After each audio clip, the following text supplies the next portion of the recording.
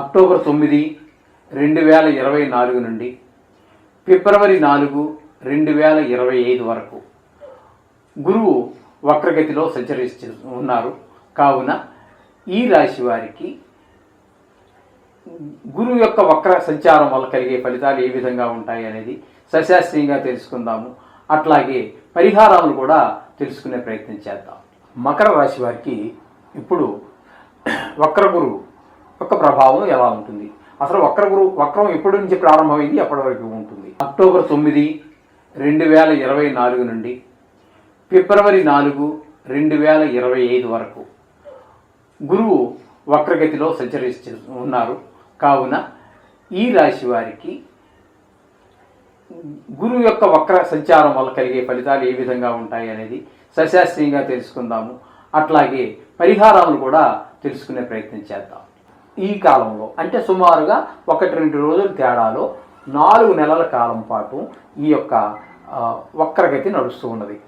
అందుచేత ఈ మకర రాశి వారికి గురువు యొక్క ప్రభావం మనం చెప్పుకోవాలి అంటే చతుర్థంలో గురువు ఉన్నట్టుగా మనం చెప్పుకోవాలి. ఎందుకనంటే వృషభంలో ఉండి వక్రించారు కాబట్టి 4వ స్థానంలో ఉన్నట్టుగా మనం దాన్ని భావించి మనం ఫలితాలు చెప్పుకోవాల్సి ఉంటుంది. 4వ స్థానంలో గురువు యొక్క ఫలితాలు అంత అనుకూలమైనటువంటి ఫలితాలు ఇవ్వడు. కాబట్టి ఇక్కడ మనకి కొంచెం దురదృష్టం ఉండేటటువంటి రోజులు ఇవన్నీ కూడా.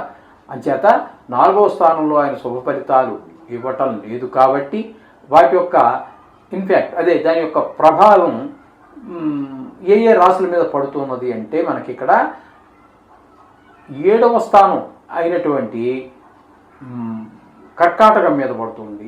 అలాగే 5వ స్థానం అయినటువంటి వృషభ రాశి మీద పడుతూ ఉన్నది. ఒక భాగ్యస్థానం అయినటువంటి కన్యా రాశి మీద కూడా ఈ యొక్క వక్ర గురువు యొక్క దుష్ఫలితాలు ప్రభావితం చేసే అవకాశం ఉన్నది. అందుచేత ఇక్కడ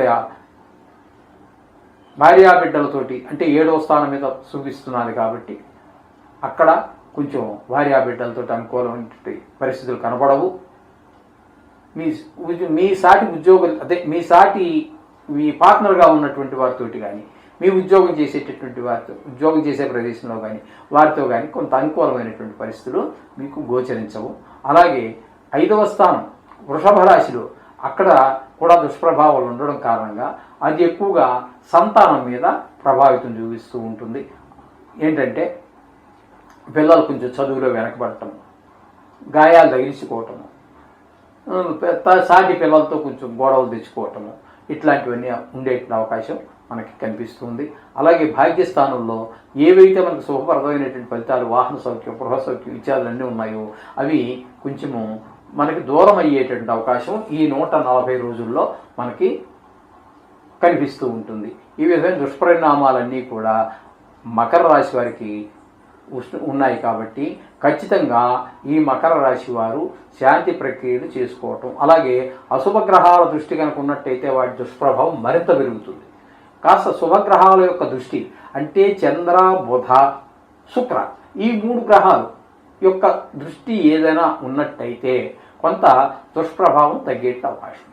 కాబట్టి ఇక్కడ మీరు ఈ రాశి వారు తప్పకుండా శనగల దానం చేయటము బ్రాహ్మడికి, అది లేదు ఒక 16 వారాల పాటు గురువారం నవగ్రహాల దగ్గరికి వెళ్ళి కాసిన శనగలు ఆయన పాదాల దగ్గర వేయటం కానీ, లేదా శనగలు నానబెట్టి తాళించి దేవుడికి పూజారి గారికి ఇస్తే నైవేద్యం పెడతాడు, లేదా డబ్బులు ఇచ్చేస్తే పూజారి గారే కొని నానబెట్టిన ఆయన నైవేద్యం పెట్టి మిగతా శనగలు మీకింత ప్రసాదం ఇచ్చి మొత్తం గుళ్ళోకి ఆ రోజు ఎంతమంది భక్తులు అయితే వస్తారో వారందరికీ కూడా ప్రసాద వితరణ చేయడం జరుగుతూ ఉంటుంది.